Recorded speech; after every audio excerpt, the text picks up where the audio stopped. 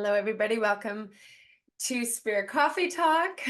I'm Lisa Richmond, and I'm with Elyse and Ginette. We meet every Friday and have a coffee and talk about all things spirit. We are from Avalon Spirit. We are mediums and channelers, amongst many other things. You can find us on Avalon Spirit. But yeah, we get together and chat about everything that's kind of going on spiritually, what's in the stars, what's going on in alignment or disalignment or whatever is coming up right now. And today is kind of a fun topic. We're going to talk about like twin flames and soulmates and kind of soul connections and divine connections, I guess, and how it's used. The terms are used, misused, demystifying some of these terms and allowing some understanding to come through with them, and maybe a little experience on our part with it. So welcome, ladies. How you feeling this week? Rolling. Awesome. Like a Rolling. dream. Living the dream.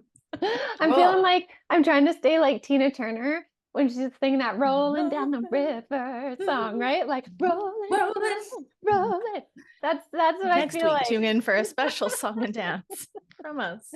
Spirit Coffee Talk number. We're gonna turn pro. We really are. Anyways, that's how I feel.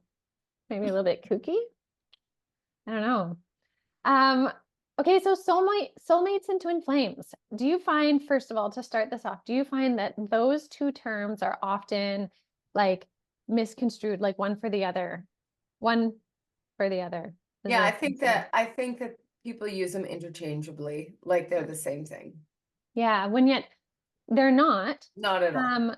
And even the idea of soulmate or twin flame is not even as we totally understand it either, because it's always under the pretense of romantic relationship is how we first learn about soulmate or twin flame. But actually, both of those can be platonic relationships, family relationships, sibling relationships in various ways too, right? Yeah, Like to totally. just say black and white is very hard because there's so much individuality in how those things can play in together. Definitely.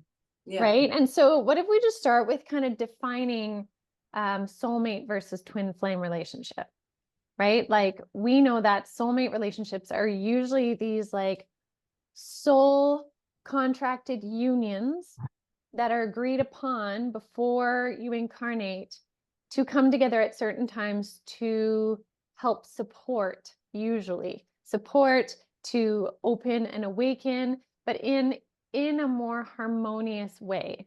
I find soulmates are. Yeah, and like a spirit directed agreement. Like if a soulmate has agreed to come in and you're to meet them at a certain time, and then together, clear up a karmic, whatever, sacred union, let's say, or something like that. You know what I mean? Like you can come together and combine energies to create something. Like there's like an agreement in there sometimes. Absolutely. And soulmates can be, like we said, like family, friends, romantic partners. Even animals can be like a soulmate. Totally, Dexter, it was like your soul dog, Elyse. And Whereas not just one. That's another yes, that's a good point. There are many. many, absolutely many. Because part of what differentiates then a twin flame is a twin flame, there's only one equal pairing to you. Now, some people like to say that twin flame is the same soul split into two. Others say that they are same souls because they vibrate in the exact same frequency, but both an embodied soul. I actually don't know what to say about that. I don't know if it's one or the other, but I do know that it is a matched frequency, whether it is split or whether they are just one. Yeah, I think that's like putting a lot of like human terms into it so that we can understand, really. I think it's more like the energy behind it is like a soul coming in with a fraction of a soul, whether it's the same soul, whatever. It's like it's kind of like different in the quantum world, but like what I've understood it to be is like the mirror like soul, right? Like so that it comes in and it vibrates in that same way so that you can it can project a mirror-like effect so that you like mirror each other, so that it's like seriously like a twin, like it's the twin soul. But think about it like a twin in human form where you're looking at it, and there's aspects of it that is looking back at you and reflecting back at you aspects of self. Okay, but this is on a soul level. Okay, so like your energy being able to reflect back to you, whether it's things that you need to see, learn, develop, grow from, or whatever, that's being reflected back to you, and the interaction of that soul connection continues to grow, each one back and forth from the reflection of self, kind of thing, in that soul form. That makes sense? Yeah. Just really tough to Beautiful. give it human language. It's really hard to describe it in a human way. And to round that out is that there aren't a lot of twin flames. You have a twin flame, whether it's incarnated with you or not. And there is such a big desire right now through like romanticizing the idea that everyone is searching for their twin flame and everyone's going to find their twin flame in this incarnation, which is not the case. And that's, I think, part of what we also want to demystify and talk about from what we Yeah. understand.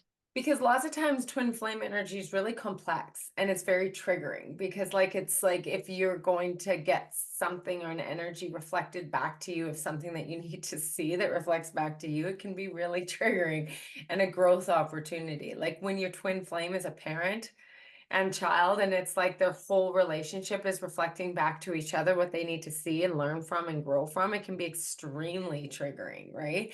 And actually it's quite rare for twin flames to be romantic partners, but it's possible and very special when it does happen. But also it is actually quite rare, like extremely rare, for it to be your romantic partner.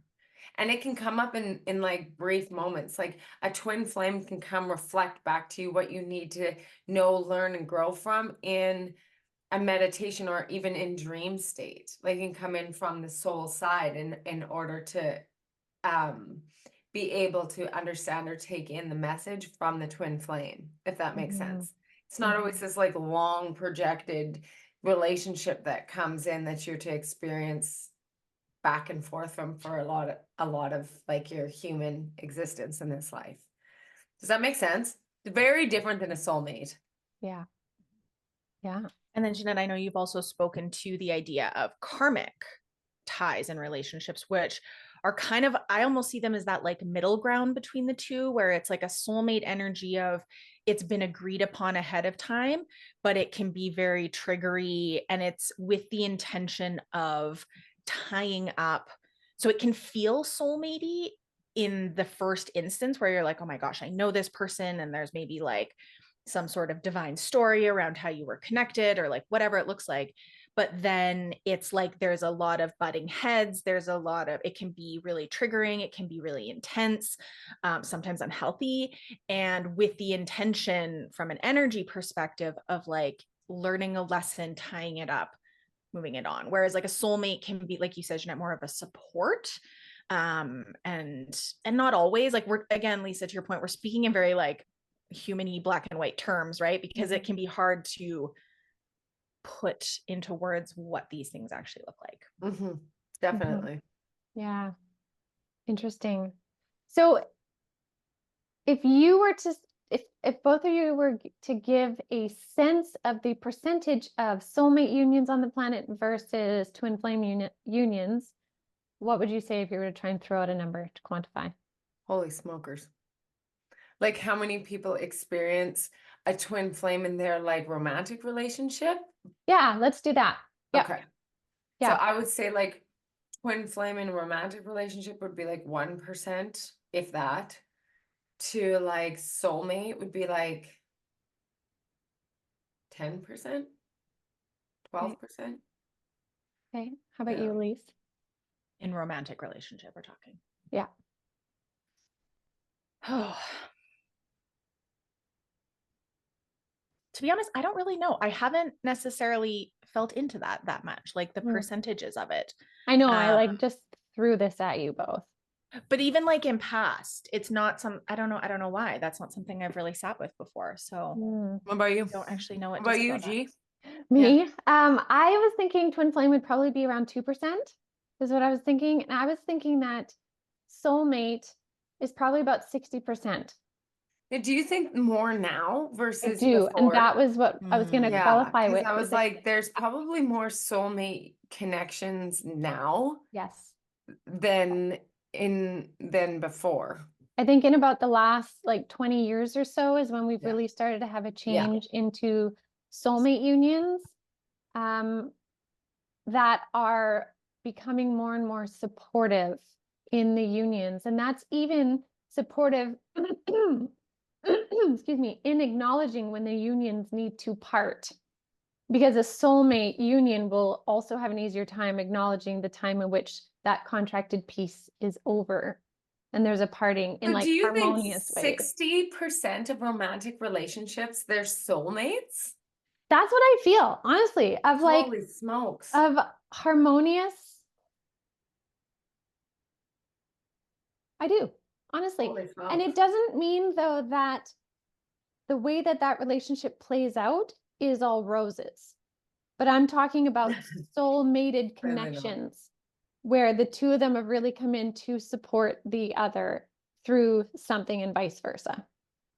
Oh yeah, like So soul contracted relationships for yeah, sure. like they would come For as a sure. soul mate for the person, right? Like some Okay. relationships we have are lessons and learning and expression and fun. But then I'm talking about the ones that are like a soulmate there to support the growth of the other in some form and vice versa. Like that's how I see soulmates is they're like, I will meet you and you will meet me and we will meet each other where we need. And we might go through the muck, but we're not going to give up on each other. And we're like that kind of a thing. Like that's how I see soulmates. And that can be on the higher level of like tons of harmony and also on the lower level of like real struggle, but you keep being loyal and not giving up. To me, that is like a soulmated thing. Does that make sense? Mm-hmm. Yeah. So, I mean, maybe 60 is um, a little dreamy rose-colored glasses for me. But honestly, when I feel into it, I just do. I just do. I feel like there's a higher percentage than we realize now. Um, because I think a lot of people are becoming much more aware and a lot of souls are stepping in with more consciousness and Where it's more like conscious relationships than before, where it's like, yeah.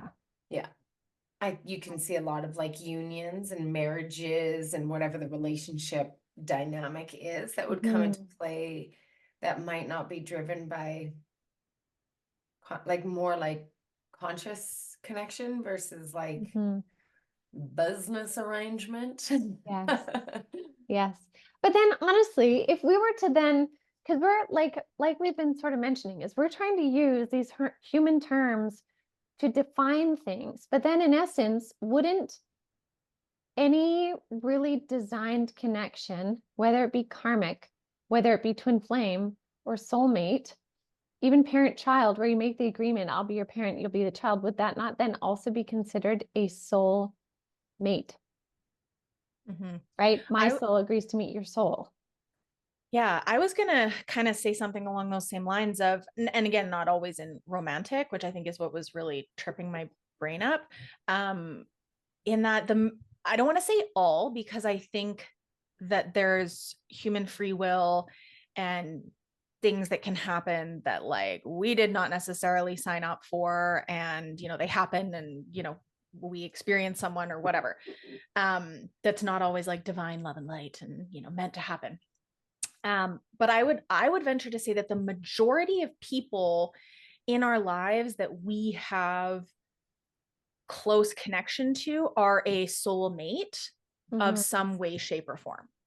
Right. And like we get so caught up in the definition or the description and the hierarchy. Like there's this weird hierarchy that kind of comes through when people talk about different types of connections, and like the twin flame is like the be all, but I just don't think that that's true. I think that it's all divine. And even, people will often ask in readings, like, well, am I going to miss my person? Like, what happens if and and sometimes what will come through is like, okay, this energy of this person has decided they're going to go a different direction, but there's this person. And then our brain goes, well, they're the second best. And it's like, no, it's not a hierarchy. It's not a like, That's a good point. option A is better than option B. It's how our lives evolve and how we make choice, and how the people who are fated to connect with us also make their free will choice. And like, there's so much intricacy into how roads cross, how paths cross, and how we choose to show up, that it's like, it can't just be a one or nothing thing, because I think that that puts a lot of pressure on the fate of something, and kind of either takes away the free will, or like sets it up for failure, because there's so much variability in how we each get to choose. Like, each one of us could have said, meh, mediumship, spirit, I'm done, I don't want to do it, right? And none of this would be happening right now. Or one of us would have, and it would have looked totally different, or like, there, it's just so infinite in how life can unfold. And I think our brain gets very linear and black and white with it, when really it's like, I describe it as, well, spirits described it to me as like, everyone's making choices, and we've got like a, you know, file folder with all, and probably more like a Gantt chart with like all of the different agreements that have been made within your scope of people. And there's different types of relationships. There's soulmates, there's karmic, there's a twin flame, there's a whatever, or maybe there's not a twin flame because that one's not reincarnating in this life. We've got all these options, and then like, okay, this person makes the decision to go this way, so we're going to like rearrange things, and and they're always rearranging in the background to allow your experience to unfold in alignment with your choice and in the highest way for you possible. And that I don't think that things truly get missed, or lessons will truly get missed, or opportunities will truly get missed, unless we just constantly choose away from those things. But even then, spirit's like, okay, shit, she made that decision. Okay, we're over here doing something else, to try and keep her on the highest trajectory for her, or them, him, or them. That's a great point. I love how you describe that. I love that. And because that's so true. Bees back there. People always talk about like destiny or free will, right? And that's even the same thing as like, if you say like, when will my person come in? Like, you just, sometimes people will want to just sit and wait for the person, but then they're not like living. And part of the aligning of connecting to this strong potential person is in the living part. So I think that is such a great point. I really like that. You know, and as you were talking too, I was pondering, I'm like, is 60% really like a little high? I was like, then maybe it's about like 40%. Maybe it's 40%. But then like, which percentage are we actually talking about? Are we talking about like conscious soulmate unions? And again, I'm like going down this really neat rabbit hole in my own head of what defines what, and in what fractal moment or what reality are we living in, which determines which percentage, and really doesn't matter. But anyways, it is a very interesting thing you're saying, because I think if we bring in the concept of multiple realities, parallel timelines, time in which we can meet somebody, connect with somebody, all based on different choices, means there are infinite possibilities for that to happen, which is really interesting. So then here's my next question. Do you think then that people can call in their twin flame or desired soulmate? If all decisions are happening at different times and stuff, can you call in? Can you bring them forward? I don't know that you need to. Yeah. I mean, I think you can call anything in if you really want to focus on it, but I don't know that you need to, right? And I think like, if it's like, okay, I really want to experience romantic partnership, in like a divine, you know, harmonious way, then just hold that and live. And like, I'm saying this, like, it's just easy, just do that. That can have layers to it, right? And experiences within it. But I think that like, those things are already in motion. And when they tend to happen in the most divine way is when we are living our lives in alignment with what feels right for us and holding the energy or the ideas, or, calling in the experiences that we want. And if we're calling in some sort of divine love and we're living that within our own experience, and we're filling our lives with that as best we can, those things will just fall into place, because again, it's like those agreements have already been made. We don't have to force it so much. That makes sense. And because what my guides, so they're sort of like chuckling in the background as they're hearing this and then watching me go ask 8 million questions, only some of which I'm actually bringing up here. But they stepped forward with their hand on their heart and they said, it really comes back to the fact that divine union will find you in the state and the experience in which is needed for your journey. So there's many ways that can be, which again is like a mirroring. So like Lisa was saying in the beginning, relationships, no matter how we have them, whether it be soulmate, twin flame, karmic partner, are essentially there to teach us something in what it mirrors back to us, whether that be triggers from the person, an experience from the person, all that kind of stuff, which brings us into greater divine union within self and harmony within self, which then changes the signature of those that we then attract and draw to us. So it's a continual like learning and balancing, sometimes for a lifetime, with some people that, like they meet in high school and they're together until they're 95, right? That was a mirroring for that lifetime, versus others who maybe have many different partners or experiences through their life. It's like a divine union will find you in the energy in which you are to mirror what you can learn in that experience, sometimes more tumultuous, sometimes less. That makes sense? Yeah. What do you... I feel like on that note is a good place to bring in the idea of twin flame, karmic partnership, soulmate, whatever, does not inherently mean we accept poor treatment or abusive treatment or poor behavior for the sake of the spirituality of the relationship, the energy of the relationship. And I think there's been stories out there. We were talking before we started recording about, there's that Netflix documentary, Twin Flame University. And I watched it and I was just like, they're using all the words, but it's not the thing. So if anybody watched that, that's not the essence of it. But I've seen this idea of like, oh, well, there's, especially with twin flame, there's a runner and there's a chaser. And there's this dynamic of like one person's always running and one person's always chasing. And seeing stories about how that can unfold. And again, this applies to all the different types of relationships. If it's harmful in some way, shape, or form, the energy behind the relationship is not, we'll just stick it out and like spiritualize your way through it. And that's what you're here for. Maybe part of that lesson is standing strong in your boundaries, taking care of yourself, finding safety in you outside of an unhealthy or toxic or inappropriate or abusive relationship. It's not a label to say, just stick it out, fight the good fight. You can bring them to your energy, and like, it really requires a lot of discernment and safety within your experience where you can find it, or through the support of other people, if that's hard to do on your own,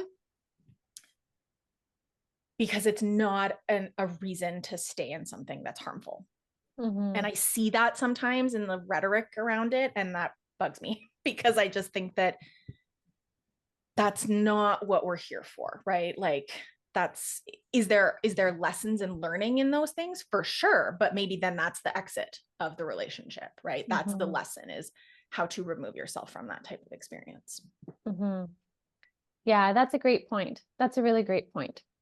And I also think on the other side of it too, or maybe this is kind of part of what you're saying in one way, but is also how then terms that we have given these beautiful experiences of mirroring, such as twin flame and soulmate, are then also being warped and tarnished with like this twin flame show on Netflix, right? Like they made the whole idea of it negative. Therefore, anything to do with that really divine soul union that can come in is bad and means bad. And anything that you journey into that is bad. When you get two soul aspects, whether it be soulmate, twin flame, or whatever, when you have two soul aspects that come together in a physical incarnation, so let's use a romantic relationship here.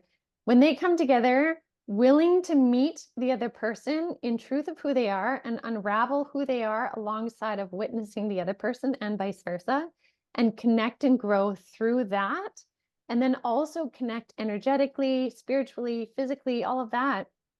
People can have an absolutely transcendent experience, right? That really does transcend, but it has to be done in a beautiful, conscious way, which is then coming back to conscious choice, right? So then it comes back to discernment. So like, regardless of what kind of relationship or label you have for you, you will get so much out of your relationships if you are in them consciously. And if you are using your discernment and your boundaries in the relationship, even if it's friendship, even if it's parent-child, regardless of what it is, this behavior works for me and I like this, or this behavior is too much, it's crossing my boundary, this is my boundary. Like, that is where we really grow in the energies of divine union, label or no label. Yeah, that's my thought. Lisa, how about you? What's your thoughts? No, I don't know. I just taking it all in. I mean, it's so intricate. There's so many different layers upon layer upon layer upon layer of relationships in general. But yeah, discernment's very important, and knowing that the majority of interactions with people in general have some sort of a contract. And yeah, there's just so many facets to it. You got to trust yourself. Totally. All right. Well, any other thoughts? Yeah, I'll just say in my experience, I think what would be defined as a twin flame relationship, and like even the label of it is like, I mean, I think I was hung up on the label for a while, but it doesn't matter. But having understood your relationship and seen your relationship, it is a very beautiful definition of a twin flame relationship. Thank you. I will say, honestly, like the highs and the lows. So yeah, and that's what I'll say. I think for me, the way in which we came together, and like looking back, how there was like a circling around each other through aspects of life, but never knowing one another. Having like premonitory dreams about each other, and him not being a spiritual person at that time and having a dream about me, this person he did not know, and vice versa. And the way in which we connected, and all of the things, when we came together, like it's been crazy. Like it's been, sometimes we'll sit down and talk about all of the things that have transpired from like the day that we met. And it's been like a hurricane for the majority of it, but there's been health issues, there's been life issues, there's been family issues, there's been my dad passing and our dogs all dying. Like there's just been so much, and constant, right? Like sometimes when I look at a timeline of our almost 6 years together, not 5, 6, doesn't matter. I'm like, there's very few months where there hasn't been like something relatively intense going on. And even within the two of us, right, having disharmony and having, challenges, and one person being here and one person being there, and then we swap, and then, the ways in which things can go back and forth, and the arguments and the things, there's always been a respect. There's always been a desire to treat each other as best as we can with the resources that we have, and to care for and hold that person in safety and in love and in kindness, even when we're like wanting to, wring each other's necks for whatever reason. And the underpinning of that is a desire to grow and knowing that there's aspects of each other and our past experiences that will trigger, that will mirror, Lisa, like you were saying, but that we always have chosen. And there's been times where I've been like, are we going to choose? Are we going to, like, it's not that it's just been like, oh, I've always known, I always knew there was the potential, but again, free will choice. Right. And there'd be times where I'd question, am I in a place where I can choose this growth? Is he in a place where he can choose this growth? But at the end of the day, we've always chosen to grow towards and in harmony of our own selves, not for the other person, but for who we want to be, but also in alignment with one another. And I've not experienced that before. And I had very healthy relationships in the past. And seeing a lot of those same themes, right? The karmic piece coming up within that, but the difference being that while the hurricane has been intense in many ways, and there's been, some calm spots, but a lot of intensity, there's always been that underpinning of like, we are choosing each other, we are choosing to respect and love one another, even if we're, even if we're in different places. And that choice to always grow together, I think, is the piece that can really change whether or not it's going to be a healthy relationship that grows together or one that grows apart. And then eventually someone has to choose to remove themselves because those lessons are complete. And by no means have we been perfect in that. There's been lots of challenge, but I'm really grateful for him in that, because he was not a spiritual person when he came into this, and he's done a lot of his own growth, and as have I. And I think that's why it's like that. Not just because it's like a twin flame and it's just like that. I don't think that's the case at all.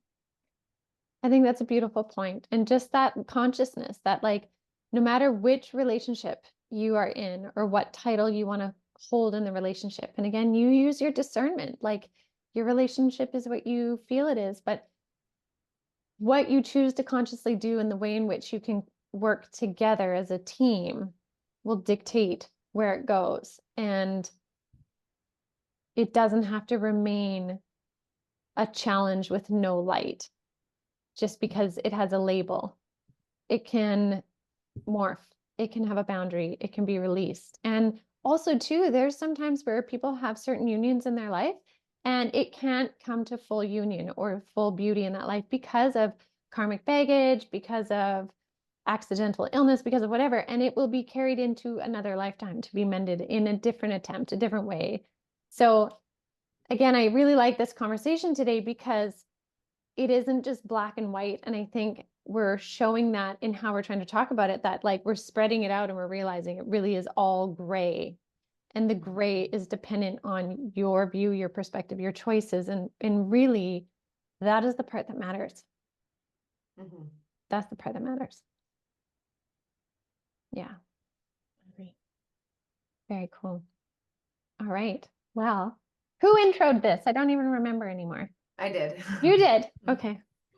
Thank you for tuning in. I hope that there's tidbits in here for everybody. And any questions, feel free to put them in the comments and we can answer as many as that we can. And like and share if this resonated with you.